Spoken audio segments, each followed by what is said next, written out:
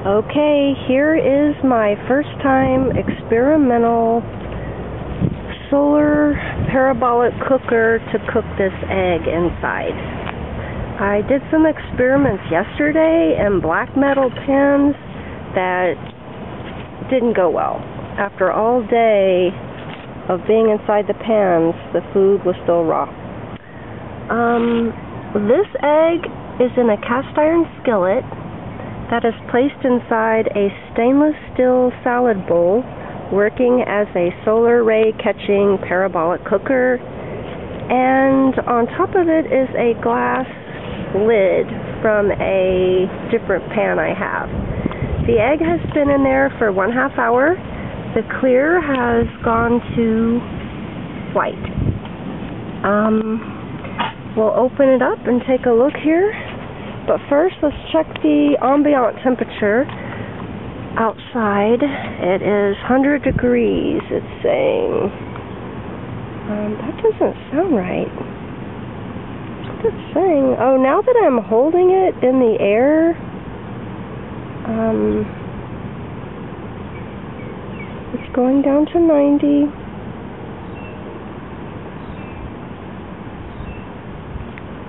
Okay. I'm going to put it on top of the glass lid and let's see what kind of reading we get. How is this to the touch? I can touch it. I'm not burning myself. As for the side of the metal, ooh, it's very hot at the bottom. At the top, I can touch it. But at the very bottom, underneath it, is where it's like, ooh, you can't. It's definitely hotter, perhaps at the bottom, because of this lid keeping the heat in, because heat would typically rise as a basic law of physics. Wow, even under here on the shaded side, it's very, very, very hot. As for the sun side, I think maybe a bit hotter.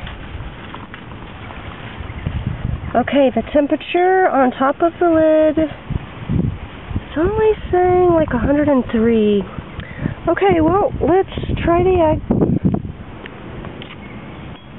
I brought a little pot holder or two in case the lid was too hot. But really it's not. I can totally lift this with my hand safely.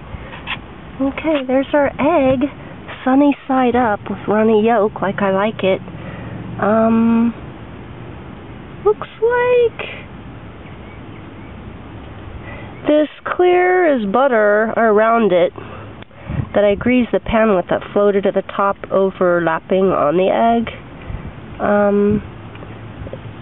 It seems like it's almost cooked, but still a little raw with the white. Like it could get whiter. There's still a little clear there.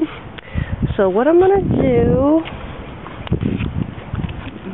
get my lid, put it back on, and I'll let it go another 10 or 15 minutes. Okay, so with nature's cooker here, you do have to be more patient.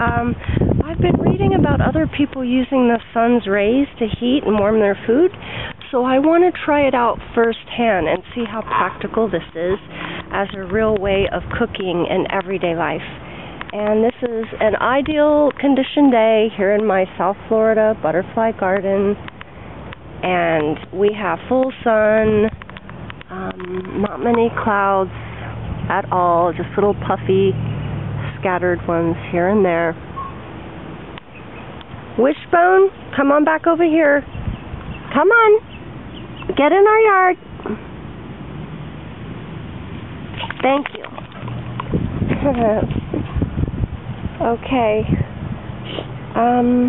Plus, it's not super windy out. You can see the palm fronds over here as an indicator. We have a light breeze, but when it is real windy, just know that will bring your temperature down on your solar oven and take longer to cook. So if you have that situation, try to make something like a wind block or put it behind like a little short wall, but yet something that won't shadow your cooker, of course. Okay, so I would say this experiment is a total success. It's small scale, it's just a simple egg, but I will be trying other things in here as well. I'm also wondering how much of an influence the dark cast iron is cooking it, if it's accelerating it or if it would go faster on the silver surface where the light gets bounced directly on the food, whereas the dark colors absorb heat. So they're cooking in different ways, you know, and the egg's making direct contact with the black cast iron. So there is debate on making solar ovens and whether it's more efficient to line the inside with something black or reflective. And there are people who have argued that they're both beneficial, but there isn't an appreciable difference. Well, I beg to differ, and I would like to see a serious experiment done. But I do know yesterday when I tried cooking my food in the black steel, well, it was steel with black enamel with lids. They were outside from 8:30 a.m. in the morning until 5 p.m. in the evening on a hot sunny day like this. And at the end of the day, the carrots and the kale were not steamed in the steamer. The potato was still really, really, really firm, even though I didn't think it would bake it entirely. But I made an oven, like putting a potato in a black crock pot. So it's earthenware with a black enamel. And it had a glass lid. And also I had a black pan, a giant black tin or a steel pan with black enamel with a lid like the steamer, but it held 2 cast iron skillets. One was sliced potatoes, which by the end of the day were tender and floppy, and the other one had the cast iron skillet you see with that egg, and it wasn't even cooked at the end of the day. The whites weren't even white at all. They weren't even hinting to be white. They were clear, and something happened with the yolk where the membrane busted and it seeped out, but it was still raw. I had to take everything in and cook it, and I had it for dinner. But hey, come back. Get in our yard. Come on. Come on. You're gonna get me in trouble. She sometimes brings things home. Brooms, socks, gloves. Okay, so my egg, I am going to enjoy it out here. I actually brought my salt and a little fork, and it's just going to be a matter of minutes. I'm pretty sure we can test it now. But, you know, every time we lift it, we do release heat, and it does take a while for it to build back up. It could go longer, but it could also be eaten as is. And, you know, it's a preference thing on how well you like it done or not. I'm going to go ahead and get a little salt here.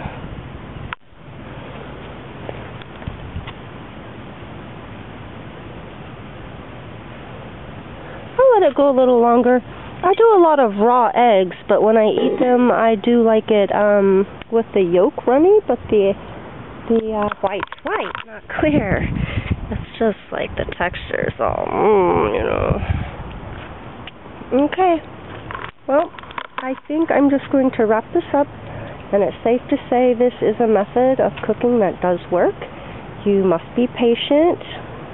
And yeah, Mother Nature, she takes her sweet-ass time, but we're getting the job done.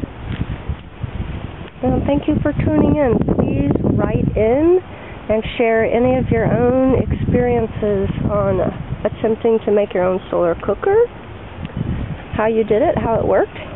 Also, let us know what didn't work, because that helps us understand more about these things, like these principles and laws of physics and why it's failing, you know, and that's what leads us to solutions on what does work. So failure is not a failure if you learn from it, because it leads to solutions that are effective. All right, thank you, and bye-bye.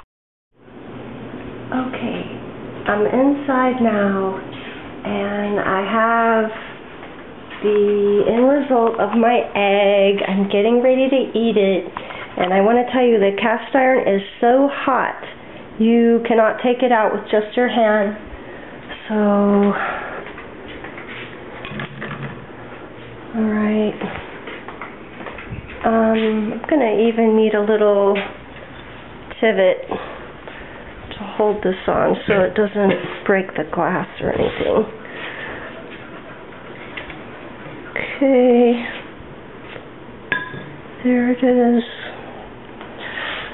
The inside of this oven I made with basic kitchen stuff. That doesn't even really need to go in the sink. What am I thinking? Hope it's not too hot. No, that cooled down very fast, the stainless steel. The cast iron, on the other hand, is another story.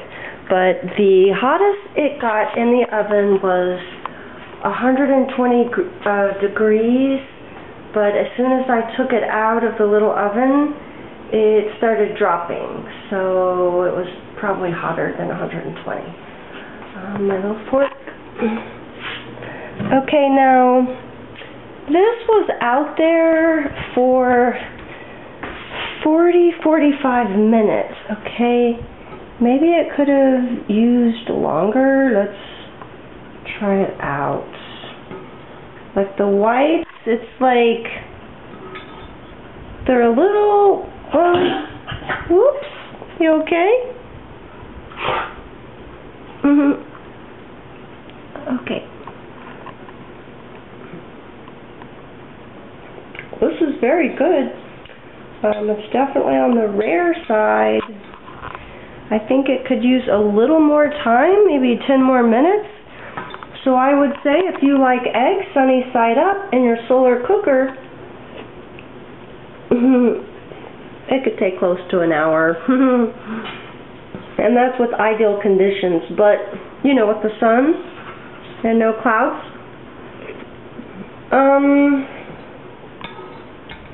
Well, this is quite delicious. Just have to be patient.